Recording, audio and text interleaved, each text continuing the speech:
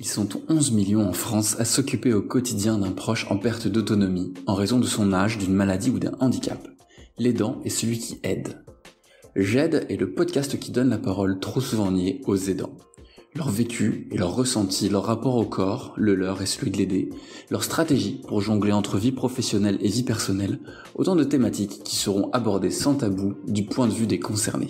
J'aide est un podcast produit par le collectif Je t'aide, l'association qui porte la voix des aidants. Bonne écoute.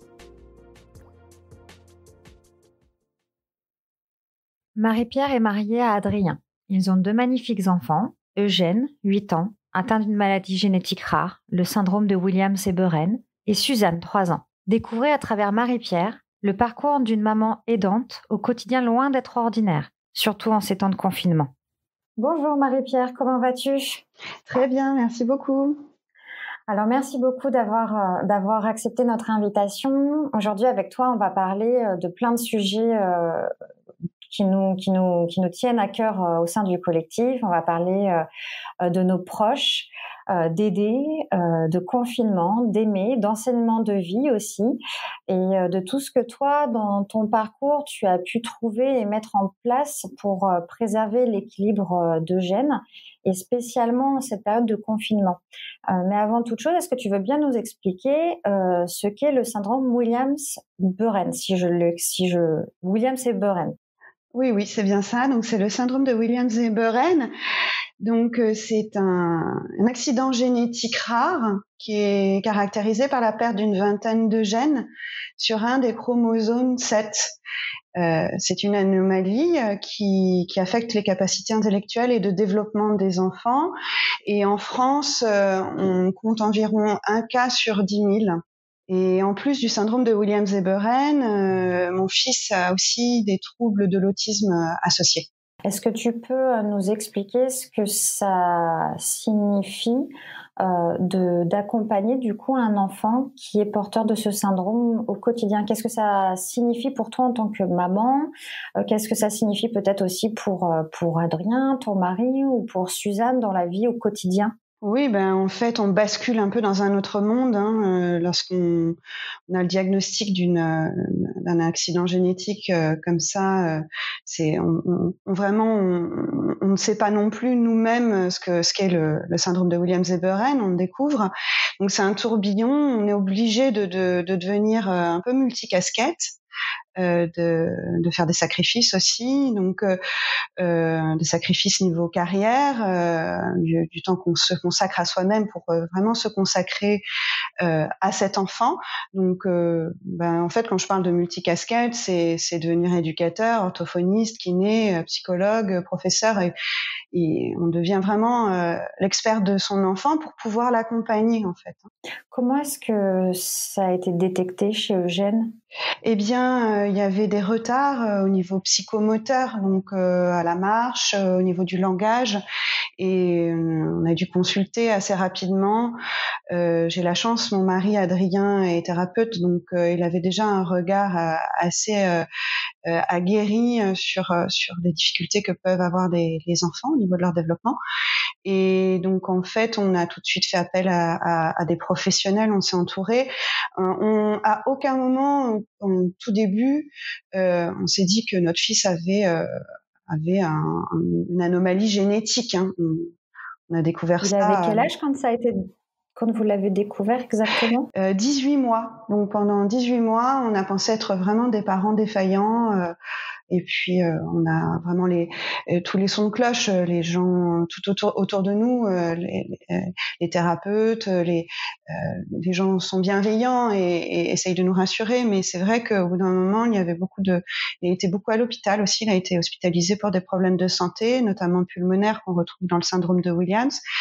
Des anomalies cardiaques aussi. Donc, en fait, on s'est très vite retrouvé dans le tourbillon du médical, du thérapeutique. C'est ça qui nous a, qui a mis de la lumière sur le syndrome de Williams. En fait, c'est un généticien qui a diagnostiqué le syndrome de Williams-Eberen d'Eugène. Comment Eugène contacte la vie de son côté, et ce qu'il vous a appris, ce qu'il vous a enseigné? Oui, bien Eugène, en fait, les jeunes atteints du syndrome de Williams sont vraiment solaires. On pourrait dire que vraiment c'est les gens, quand on les rencontre, vraiment ils apportent énormément ils sont très sociables, ils sont très attachants.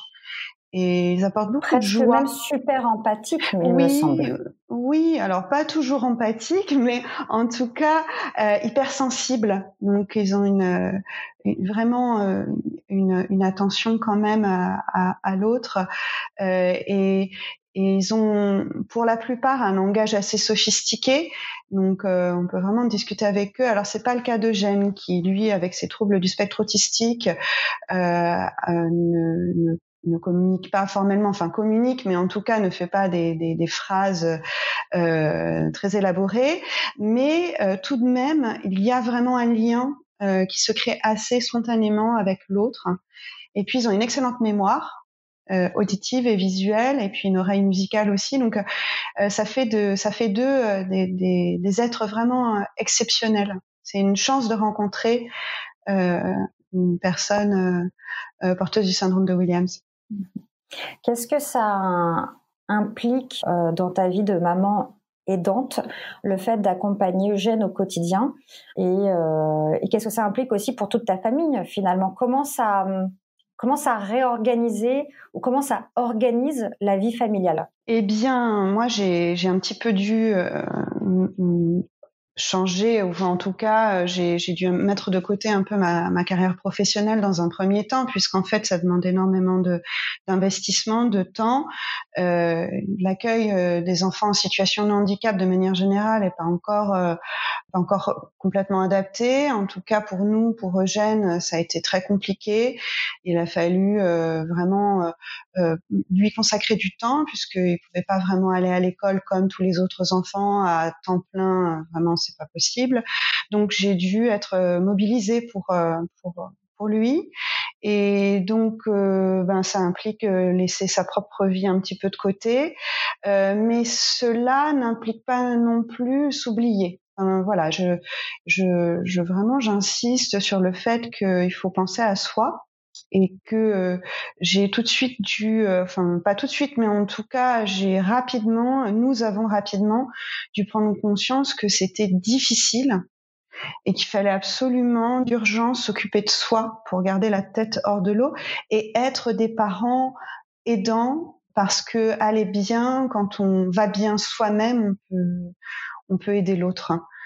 Donc vraiment demander de l'aide, aller chercher du relais chez les professionnels. Moi je sais que j'ai été accompagnée par une thérapeute pendant longtemps, et c'est vraiment grâce à elle que j'ai pu accompagner Eugène. Oui, parce que je me souviens qu'on avait une discussion sur la culpabilité, effectivement, lorsqu'on est aidant d'un proche.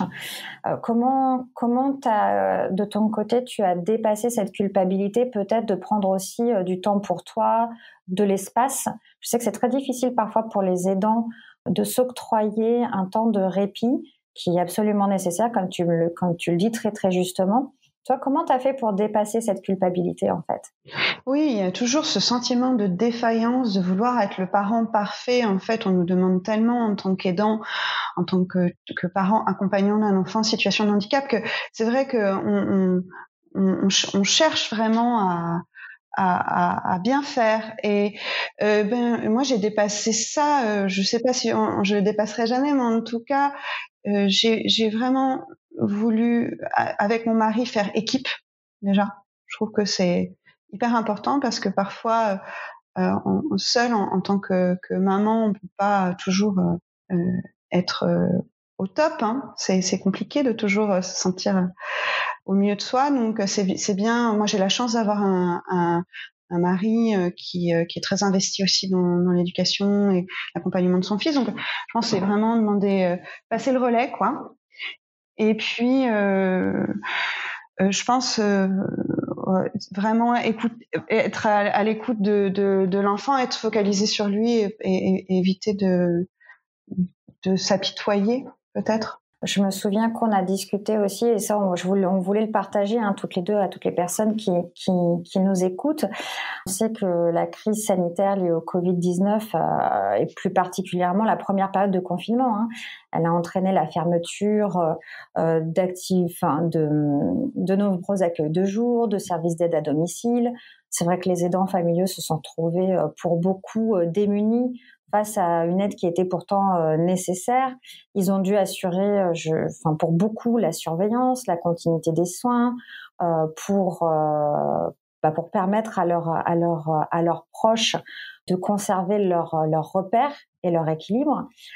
Toi, je sais que tu t'es retrouvée aussi dans certaines difficultés lors de ce premier confinement. Dans quelle situation tu as rencontré lors de ce premier confinement? Finalement, quelle solution aussi tu as trouvé?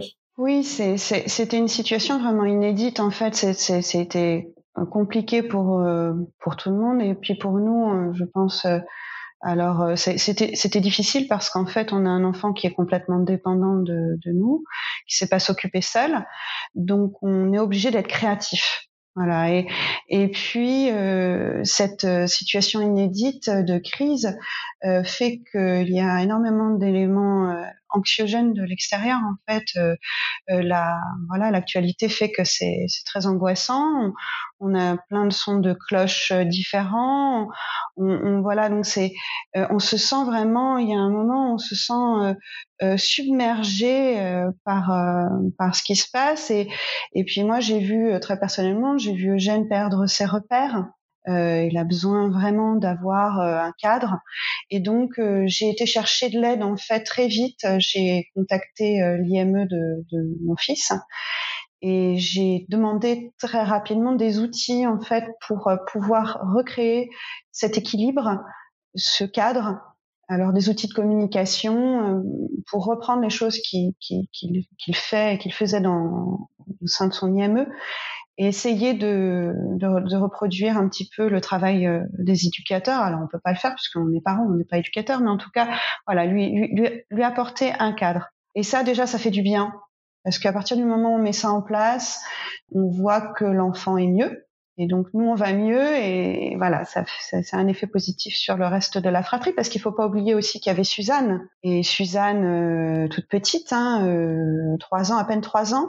Eh bien, faut pas l'oublier là-dedans et il fallait pouvoir créer. Donc ça a été difficile de s'occuper de Eugène et de Suzanne en même temps et de leur apporter des choses qui étaient constructives pour les aider à continuer à tricoter, continuer à construire finalement pendant ce confinement et puis rester à sa place de maman, être à l'écoute. Ça a été difficile, mais on a réussi avec les outils, je trouve, à gérer. Voilà, je trouve, j'ai le sentiment quand même qu'on n'était pas si nuls.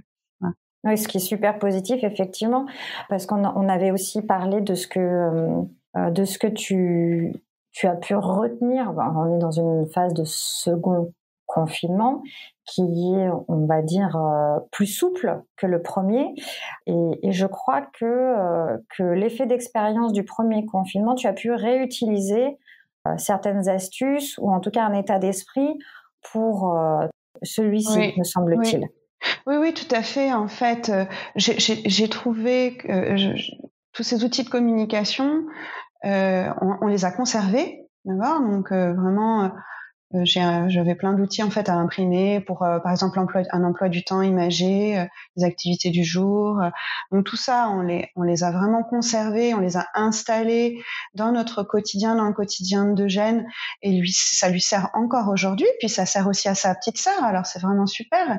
Et puis en fait, toute la communication renforcée avec les équipes, ça on l'a vraiment conservé. Je trouve que ça, c'est quelque chose qu'on a appris, c'est que le lien en fait qu'on a avec toutes les équipes thérapeutiques, les équipes éducatives, pédagogiques, il est hyper important.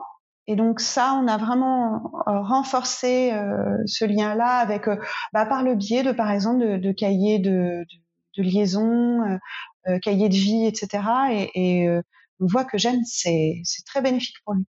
Je crois que tu m'avais expliqué que pendant le premier confinement, tu t'étais retrouvée à te dire que tu étais une maman défaillante, de par la perte de repères, d'ailleurs, que bon nombre d'aidants ont dû être confrontés.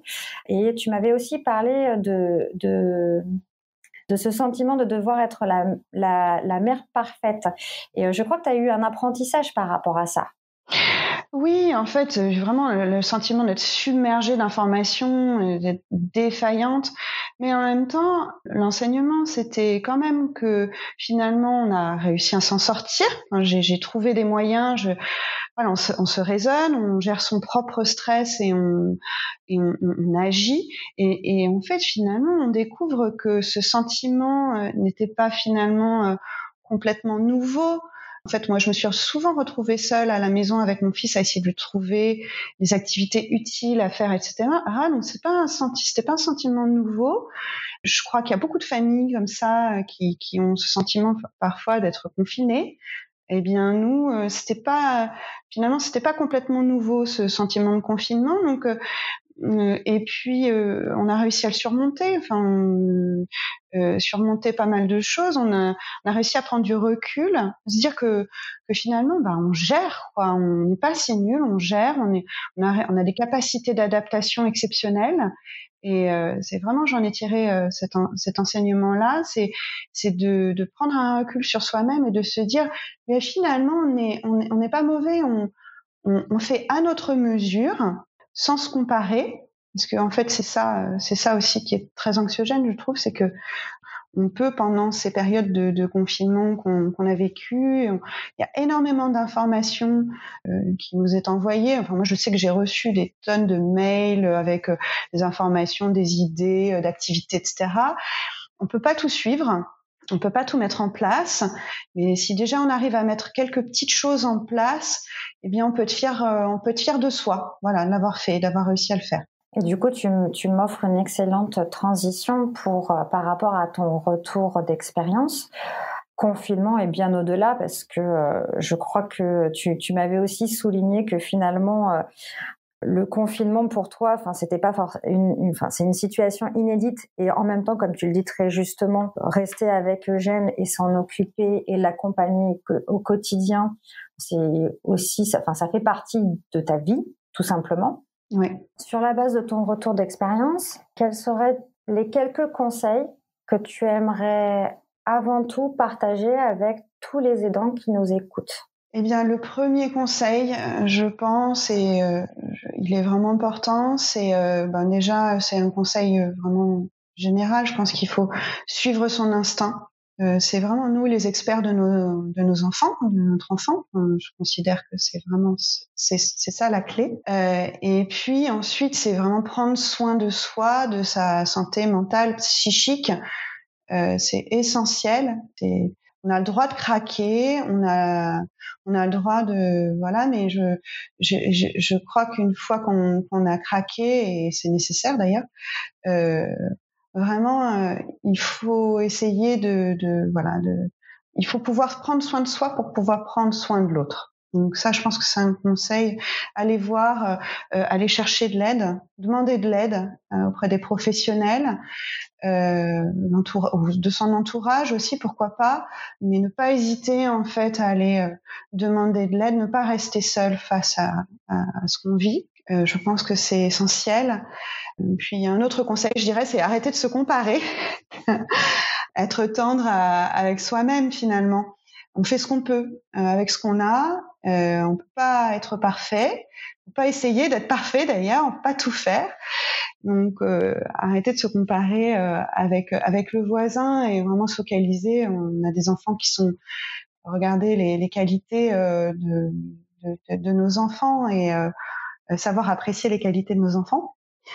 Je pense à avoir une forme de lâcher prise en fait, aussi. Accepter, être dans une forme d'acceptation de ce qu'on vit. Et puis moi j'ai la chance de pouvoir passer le relais aussi. Je pense que c'est essentiel. Alors tout le monde n'a pas cette chance-là, mais de pouvoir passer le relais, que ce soit avec la famille, avec des équipes thérapeutiques, pédagogiques, parfois c'est trop compliqué tout seul. Donc être capable de passer le relais, voilà, dire bon là je peux pas, je peux plus. Il faut vraiment être humble par rapport à ça, je pense, et être capable de le faire. C'est pas toujours facile, surtout quand on est un peu perfectionniste comme moi, voilà. Et puis un dernier conseil, je dirais qu'on peut être fier de soi, mince quoi. On peut être fier de soi. Nos enfants, leur accompagnement, il est pas simple. C'est tous les jours, c'est pas tous les jours facile, mais ils sont extraordinaires et ils font aussi de nous des parents incroyables. Donc, je crois que on peut aussi se féliciter. On a le droit de se féliciter pour l'accompagnement, pour ce qu'on fait en tant qu'accompagnant de nos enfants. Ouais, nous, au collectif, c'est vrai qu'on tous les jours, quand on reçoit vos témoignages, on est absolument admiratif de la force et du courage, des ressources qui sont mobilisées par les aidants au quotidien. C'est juste incroyable. Et d'ailleurs, je crois que pour conclure ce podcast, tu avais envie de partager peut-être des idées de structures ou d'associations qui peuvent aider dans certains cas. Oui, alors je voudrais parler tout d'abord de 2 associations qui sont très complémentaires et qui, pour nous, parents d'enfants porteurs du syndrome de Williams, sont essentielles vraiment dans notre vie en termes de soutien moral et pratique, donc pour les familles. Donc il y a au niveau local, donc moi j'habite à Nantes, c'est Williams France en région Bretagne Grand Ouest. Donc là, c'est vraiment région Bretagne Grand Ouest, mais Williams France aussi au niveau national. Et puis l'association autour des Williams. Donc ce sont 2 associations qui sont vraiment essentielles dans nos vies. Mais je voudrais aussi également mentionner, parler de l'association Loisirs Pluriels, qui est une association incroyable qui organise un accueil périscolaire adapté pour les enfants en situation de handicap et les enfants entre guillemets ordinaires. Ils proposent en fait de l'accueil le mercredi après-midi et les vacances scolaires et ça permet d'avoir du répit, des temps de répit qui sont très précieux pour les parents aidants. Super. Eh bien, écoute Marie-Pierre, merci beaucoup en tout cas pour ton témoignage, pour tout ce que tu as pu nous apporter à travers le partage de ton parcours et de cet échange. Donc encore un grand merci. Merci. C'était le témoignage de Marie-Pierre. J'AIDE est un podcast produit par le collectif Je t'aide, l'association qui porte la voix des aidants. Vous pouvez soutenir J'AIDE en nous ajoutant 5 étoiles sur les plateformes de streaming. N'hésitez pas également à nous rejoindre sur les réseaux sociaux et sur notre site internet associationjet'aide.org.